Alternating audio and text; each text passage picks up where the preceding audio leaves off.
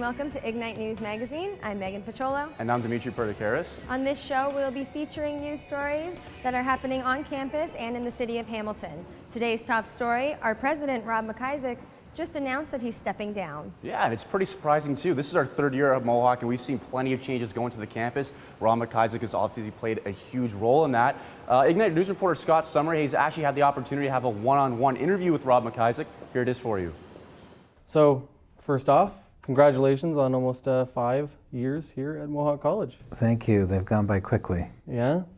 So you started here in 2009, and you've expressed in various statements that you are very attached to the school, and leaving was a very difficult decision. So why have you decided to leave? Well, it's a very exciting opportunity for me, to go to what is literally a world-class institution that I think has a first-rate team of people working on a mandate which is critically important for the community. Would prove to be kind of an irresistible opportunity for me. Certainly. Have you accomplished everything at the school that you hoped you would when you started? I've accomplished a lot, and I'm proud of what I've accomplished, but there's always lots more to be done. But I'm passing the baton on to my successor, and I think we've got a great board of governors in place. I'm confident they'll pick somebody who can pick up the baton and carry on with the work that I've been doing. All right. Well, you mentioned passing the baton on. That leads me, have there been any challenges you may have left behind? There are a number of projects which we've started, which someone else is going to have to pick up and complete. And I don't think the board will be trying to find a clone of Rob McIsaac.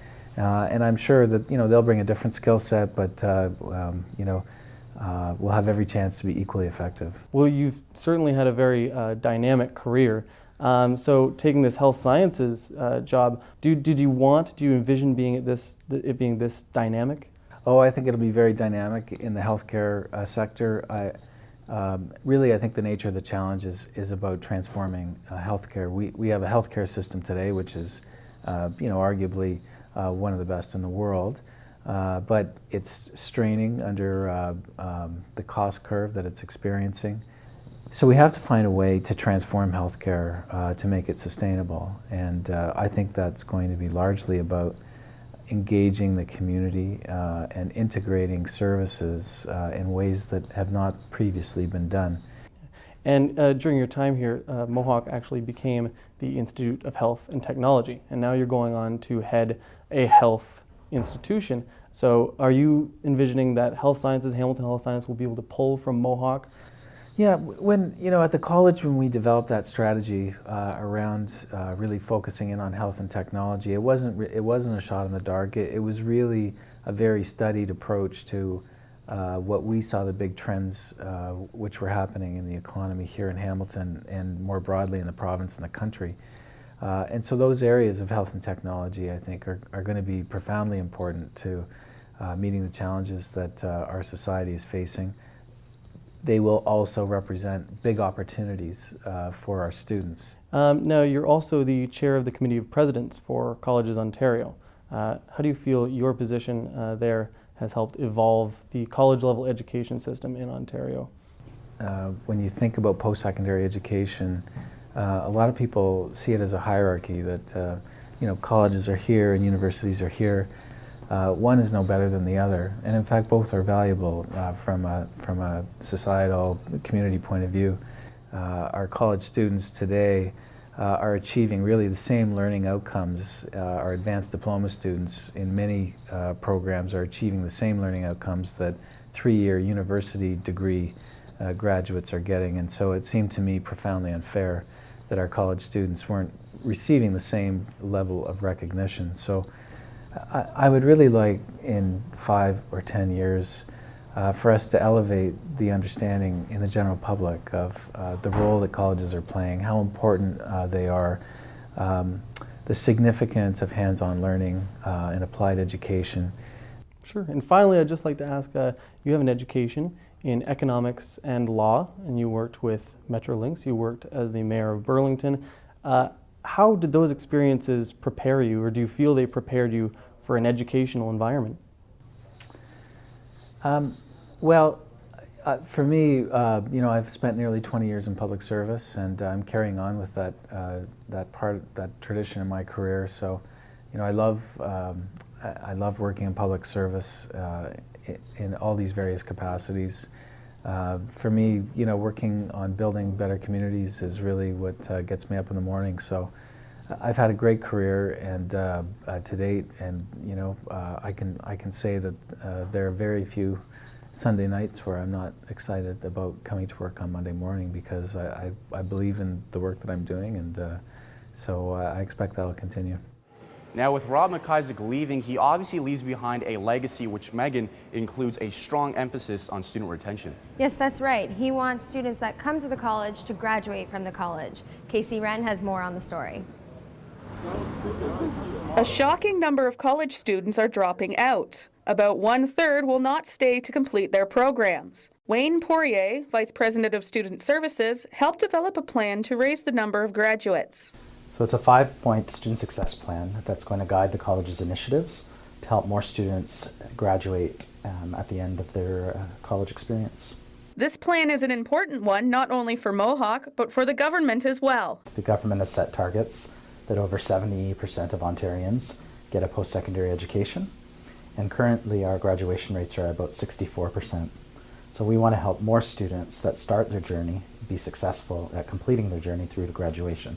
Individually, the plan will hopefully help each student finish college and get the full value of what they paid for their education. If the student has the ability to finish their education, we want to make sure that it's for extraordinary circumstances that they don't finish, and that they have every support on campus to make sure that, that they're able to complete their journey. The plan can be accessed on the college website under About Mohawk at the bottom of the page. Reporting for Ignite News, I'm Casey Wren. And when Mohawk students do graduate, they'll be looking for their very first jobs. And Megan, it looks like few of those jobs are going to be in Hamilton's steel industry. That's right, Dimitri. U.S. Steel has officially announced they will be ending their steelmaking operations in the city. As Rachel Williams reports, it's the end of an era. The shutdown of U.S. Steel represents a loss of identity, not necessarily an economic loss. On October 29th, the American-based company announced plans to close its iron and steelmaking operations in Hamilton. The plants have been idle since 2010, but it still employs over 800 workers, 47 of which have received job loss notices. At a budget meeting, councillors demanded answers from the city manager's office about the legitimacy of these claims. The announcement yesterday has no impact, apparently, on any employees. We talked about the 47 may be impacted, but I just heard that they're going to establish them in a different location. Ward 8 Councillor Terry Whitehead, along with several city staff, voiced their concerns for what's going to happen to the 8,000 pensioners under U.S. Steel contracts, the 1,000 acres of brownfield land, and future budgetary impacts. John Savoy, Senior Policy Advisor for the City of Hamilton, said that some of the biggest impacts have already been felt. In 2009, U.S. Steel shut down all their operations because of the recession that the entire country was experiencing. And what we saw was a reduction of 400,000 cubic meters of water from U.S. Steel. And that represents approximately $600,000 worth of revenue that basically was reduced in 2010. The company is shutting down the plant because of recurring net losses, $1.8 billion in the third quarter of this year alone. They are still going to roll and finish steel in the city, but not produce it. So what does this mean for Hamilton's steel city reputation?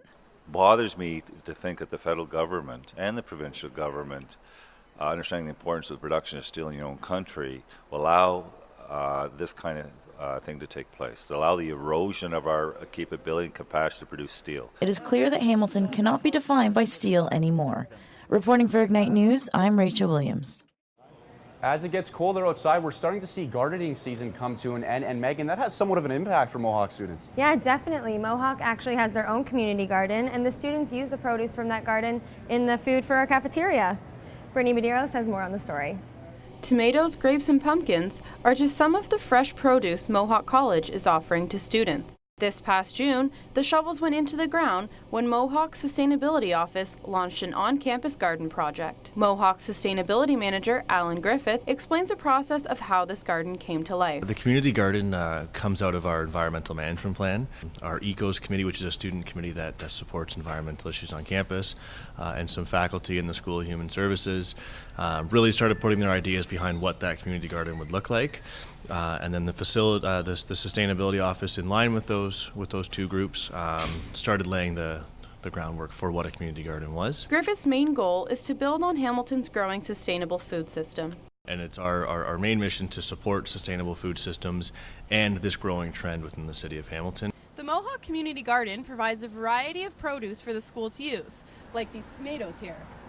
Another great aspect of this garden is that the produce grown is used in some of the eating places in the school, like Urban Fork and the Lunchbox. Mohawk's kitchen manager, Greg McLaughlin, seems excited about the amount of fresh ingredients used in their food. At the start of the year, we obviously were able to harvest quite a bit that we grew over the summer. There were a large number of vegetables and some fruits. We actually tried growing cantaloupe melon this summer as well, which was really cool. We also grew a lot of herbs and quite a few different types of hot peppers, so scotch bonnets, jalapenos, banana peppers. We grew the whole gamut in our garden. We made a paste out of all of those hot peppers, and that's what we're using all year to make our suicide sauce for our chicken wings. McLaughlin hopes to redefine the way people think about their food. And it's also good just to refine the way that we grow food, to better understand the way ingredients work, and then also to try and build the farm to fork atmosphere of freshness that we try and strive for in all of our food operations at the MSA. Reporting for Ignite News, I'm Brittany Medeiros. Now, if that didn't get you hungry, Alicia Gallant has a story on a food truck that offers a healthier alternative. Here it is. Karma Chameleon is not only green in color. The Hamilton food truck was created by Cindy and Chase Thompson with a mission to serve delicious animal-free food without leaving a carbon footprint. Chase is a graduate of the Environment Technician program at Mohawk and explains how that education helped him execute his business. Lend some insight into sustainability as far as factory farming goes and food production goes. All of Karma Chameleon's food is vegan, and their utensils and materials are all compostable. In order to reduce their footprint, they purchase carbon offsets to give back to the environment. Cindy has been a vegetarian for 25 years. She explains why it was so important for her and her husband to create a green truck. He's very much into the environment and being environmentally conscious, and so am I. And so it was about creating a business that we felt had no harm, that was completely harm-free, no eco footprint, and being compassionate to our planet and to animals and to people. Customers have responded very positively to Karma Chameleon, and its ever-changing menu has been enjoyed by meat eaters and vegetarians or vegans alike. I'm a vegetarian recently, and I just think it's a really great, healthy choice. I am a meat eater. This is the first real vegetarian sandwich I've ever had. If I didn't know better, I would swear it was just real Philly cheesesteak made with real meat. It's absolutely wonderful.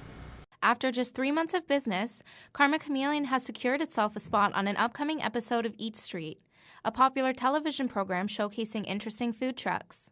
Reporting for Ignite News, I'm Alicia Gallant.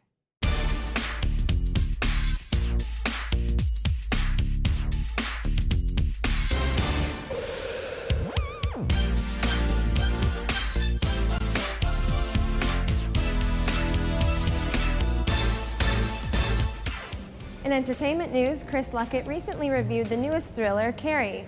Dimitri, do you like scary movies? Absolutely, Megan. I love them. When you talk about Carrie, back in the day when the original one was released, it was really a groundbreaking movie. A lot of people were spooked out, so I'm really looking forward to seeing this one. All right, well, let's find out what Chris Luckett has to say and if it's up to par with the original movie. The big reason the original Carrie is considered a masterpiece is because it delivers such an effective emotional payoff. After audiences had spent over an hour watching Sissy Spacek's meek protagonist being tortured at school and at home, the sense of vengeance that was unleashed at the climax was almost palpable. The two keys to that were the over-the-top tone of the characters and the twisted eye of director Brian De Palma. Both are sorely missed in this remake. Chloe Grace Moretz plays a Carrie White for the modern age, now less naive and more strong-willed. Moretz is certainly fine in the role, but it's a real waste of her talent. Besides Moretz, the only other actor who seems to understand the right pitch at which to play her character is Judy Greer, as Carrie's sympathetic gym teacher. Carrie's hyper-religious mother and the popular bullies at school are meant to be unlikable people. The original movie knew this and purposely amped their traits into caricature territory to make them despicable. This version doesn't go far enough with it, which makes things less satisfying as the movie picks up speed. Director Kimberly Peirce is an adequate director, but she has very little style, which is one thing nobody could accuse Brian De Palma of having. The dull scenes in the original still found ways to entertain through De Palma's crazy direction and his eye for odd camera angles. When Peirce isn't trying to copy De Palma's shots, though, she has absolutely no eye of her own. There's lots of blood and plenty of intended emotion, but the movie's ultimately as stiff as the dead, and as poorly made as a soap opera. If Lifetime made horror movies, the new Carrie feels like it would be one of them. Carrie gets 2 stars out of 5. For Ignite Entertainment, I'm Chris Luckett. Oh, hey. Took you long enough. What are you talking about? I was just playing some music. Ew, Dimitri, too much information. Not that kind of music, Megan. I'm talking about playing music with the toilet seat. Have you heard about that? What are you talking about? Yeah, our friend Anna Rittens told me about it the other day. She actually has the story right here.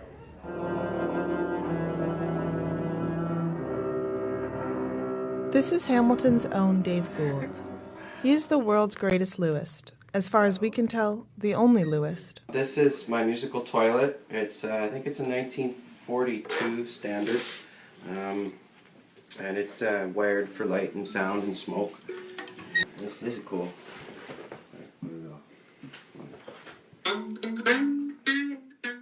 He has made a living off of his art. He is a visual artist and a musician.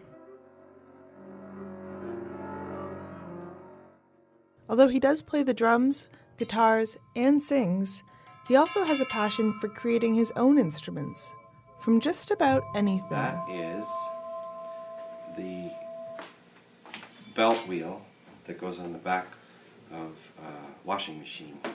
Tire tubes from a bicycle, and then these are cat toy squeakers. This chip here is the first audio chip, and it's from Texas Instruments. And that was the sound in Pac-Man and Space Invaders and all those games. And all these pots and switches access all the sounds available on there. And I use it as a musical instrument, and I call it the Texas Twister. Not surprisingly, in his newest album, Yukon Gold Rush, he's trying something different. It's 14 soundscapes that I recorded while in the Yukon. I traveled for 2 weeks to various schools and communities, and recorded kind of found sounds and did some improvisation with the kids, and came home with all these files, put it all together, and came up with this CD. So it's kind of like a non-idiomatic children's album. He's been nominated for over 10 HMAs, and this year he won the award for Established Artist in Performance. Now he can finally say he is an award-winning Lewist. Reporting for Ignite News, I'm Anna Rittens. One of the most critically acclaimed films of the fall, Gravity, has generated plenty of buzz, and it looks pretty good, Megan. Have you seen it yet? No, I haven't seen it yet, but after watching Chris Luckett's review on it, it looks really good, and you guys should check it out for yourselves. Sometimes a movie is released that just begs to be witnessed on the big screen. A movie that, if you wait to watch it on your TV, will lose something that's only evident when sprawled across a large canvas. A movie that you brag to others years later about having been fortunate enough to see when it was in the theaters. Gravity is one of those movies. The terrifying and simple plot revolves around a scientist, played by Sandra Bullock, and an astronaut, played by George Clooney, who gets stranded in space after their shuttle is destroyed. The terror of being utterly lost and alone has been tackled before in great movies like Open Water and 127 Hours, but that fear is massively elevated with the prospect of being alone in space, with nowhere to go, no way to get back to Earth, and a dwindling oxygen supply.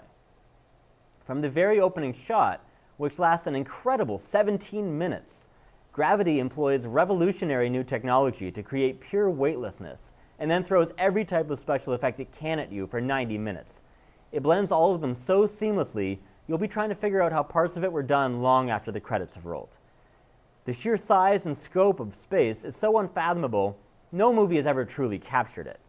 Some films, like 2001: A Space Odyssey, have come very close, but none achieved what Gravity does.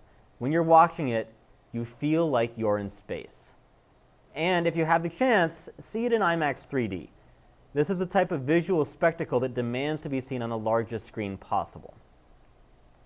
People talk reverently about when they saw visual masterpieces like Star Wars, Jurassic Park, Titanic, or Avatar on the big screen. In a decade's time, people will be saying the same things about Gravity. Gravity gets 5 stars out of 5. For Ignite Entertainment, I'm Chris Lecker.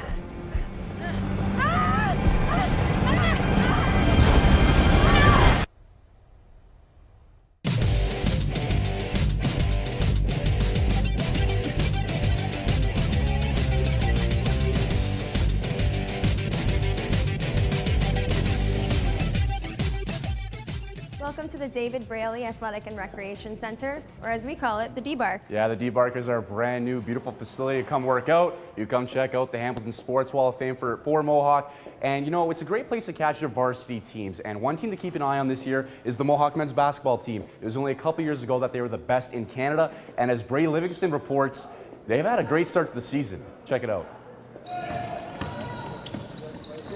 Just 2 seasons removed from their OCAA National Championship in 2012, the Mohawk Mountaineers varsity men's basketball team is off to a hot preseason start. The team has played their game to perfection, going undefeated in 10 exhibition games, including a big win over Lesete Coyotes to finish strong. Coach Brian Jonker is beginning his 10th season as Mohawk's bench boss, and Jonker is quick to point out that a good preseason is one key to a successful team. For us, playing these games, there are a lot of teams that are on the east side, and we don't play them during the regular season, so it's a good opportunity to see the other teams on the other side.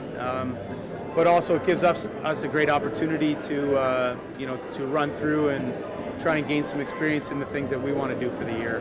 Mohawk is not only heading into a new season on a winning note, but also with a completely healthy team. Yeah, we're in good shape. Unlike in pro sports like hockey and football, exhibition games have some worth in varsity basketball. The preseason matters for a lot of different reasons. It helps with rankings at the beginning of the year. It helps maybe with seeding at the end of the year. So these games matter. I think we're ready to go. Mohawk begins its regular season on October 23rd when they host Redeemer University at the D-Bar. Reporting for Ignite Sports, I'm Brady Livingston. And hey, don't forget about the women's basketball team. As Teresa Friesen reports, they're off to a great season as well.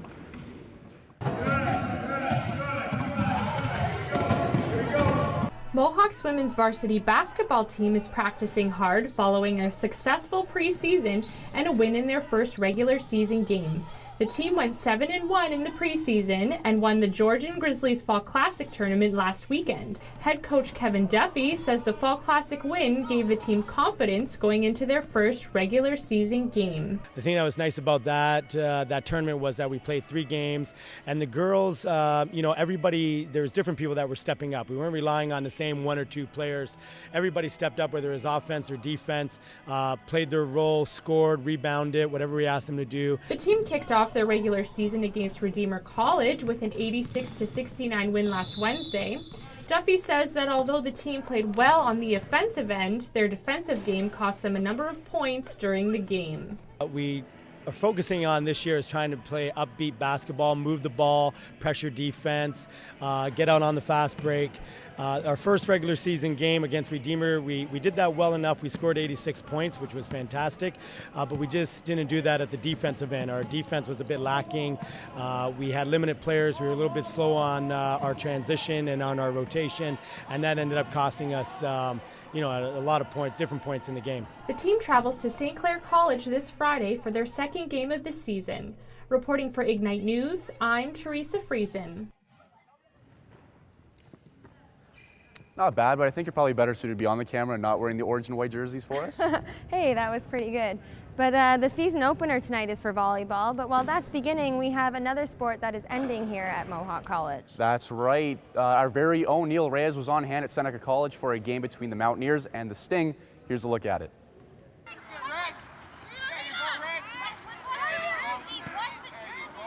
All-day rain soaked the natural grass field behind Newnham campus, but the weather cleared just in time as the Mountaineers women's soccer team faced the Seneca Sting in OCAA playoff action. Seneca got off to an early 1-0 lead in the first minutes of the game, forcing the Mountaineers to play from behind.